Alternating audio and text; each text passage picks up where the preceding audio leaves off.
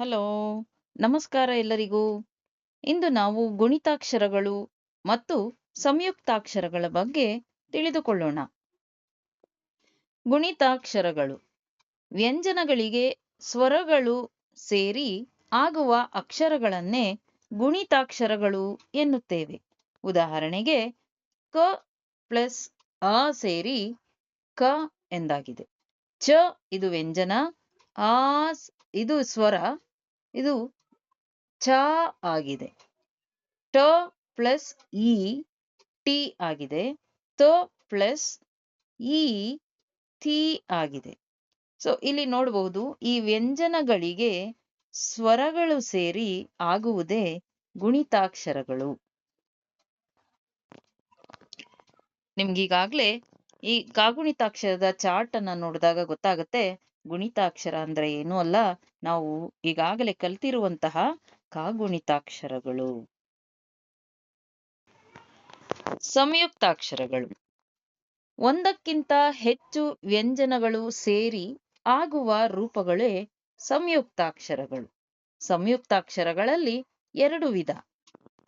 ಮೊದಲನೆಯ ಸಂಯುಕ್ತಾಕ್ಷರ ಸಜಾತಿ ಸಂಯುಕ್ತಾಕ್ಷರ.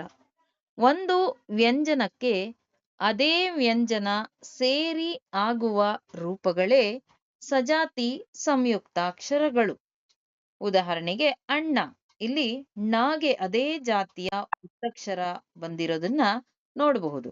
ಹಾಗೆ ತಮ್ಮ, ಮಾಗೆ ಅದೇ ಸಜಾತಿಯ ಒತ್ತಕ್ಷರ ಇದೆ. ಅಪ್ಪ, ಇಲ್ಲೂ ಕೂಡ ಪಾಗೆ ಪ ಒತ್ತಕ್ಷರ ಅದೇ ವ್ಯಂಜನ ಒತ್ತಕ್ಷರವಾಗಿ ಬಂದಿರುವಂಥದ್ದು. ಹಾಗೆ ಅವ್ವ, ಗದ್ದೆ ಮೊದಲಾದವು ಇವೆಲ್ಲ ಸಜಾತಿಯ ಸಂಯುಕ್ತಾಕ್ಷರಗಳು. ಎರಡನೆಯ ಸಂಯುಕ್ತಾಕ್ಷರ ವಿಜಾತಿ ಸಂಯುಕ್ತಾಕ್ಷರ. ಎರಡು ವಿಭಿನ್ನ ವ್ಯಂಜನಗಳು ಸೇರಿ ಆಗುವ ಸಂಯುಕ್ತಾಕ್ಷರಗಳೇ ವಿಜಾತಿ ಸಂಯುಕ್ತಾಕ್ಷರಗಳು. ಇಲ್ಲಿ ವಿಭಿನ್ನ ಅಥವಾ ಭಿನ್ನ ಉದಾಹರಣೆ ನೋಡಿದಾಗ ದ್ರವ, ಇಲ್ಲಿ ದ ಬೇರೆ ವ್ಯಂಜನದ ಅಂದ್ರೆ ರ ಎಂಬ ವ್ಯಂಜನದ ಒತ್ತಕ್ಷರವನ್ನ ನಾವು ನೋಡಬಹುದು. ಇನ್ನೊಂದು ನಿರ್ಧಾರ, ಇಲ್ಲಿ ನಿರ್ಧಾರ, ಇಲ್ಲಿ ಅರ್ಕ ಒತ್ತು ಕೂಡ ಬೇರೆಯಾಗಿದೆ. ಅಸ್ವಸ್ಥ, ಇಲ್ಲಿ ಅಸ್ವಸ್ಥ ಅನ್ನೋ ಶಬ್ದದಲ್ಲೂ ಸಾಗೆ ವ ಒತ್ತಕ್ಷರ ಬಂದಿದೆ ವಿಜಾತಿಯದ್ದು. ಹಾಗೆ ಸಗೆ ಇನ್ನೊಂದು ಥ ಒತ್ತಕ್ಷರ ಇದೆ, ಅದು ಕೂಡ ಬೇರೆ ವ್ಯಂಜನದ ಒತ್ತಕ್ಷರ ಆಗಿದೆ. ಇನ್ನೊಂದು ಕ್ರಿಯೆ, ಕ್ರಿಯೆಗೂ ಕೂಡ ಇಲ್ಲಿ ಕಗೆ ರ ಎಂಬ ವ್ಯಂಜನದ ಒತ್ತಕ್ಷರ ಬಂದಿರುವಂಥದ್ದು. ಇಲ್ಲಿ ಒಂದನ್ನ ನಾವು ಗಮನಿಸಬೇಕು. ಈಗಾಗಲೇ ನಾವು ಸಜಾತಿ ಮತ್ತು ವಿಜಾತಿಯ ಒತ್ತಕ್ಷರಗಳನ್ನು ನೋಡಿದಾಗ ಬರೀ ಒಂದು ಒತ್ತಕ್ಷರ ಇರುವುದನ್ನ ಕಾಣುತ್ತೇವೆ.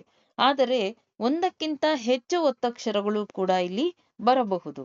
ಒಂದು ವ್ಯಂಜನಕ್ಕೆ ಒಂದಕ್ಕಿಂತ ಹೆಚ್ಚು ವ್ಯಂಜನಗಳು ಕೂಡ ಸೇರಬಹುದು.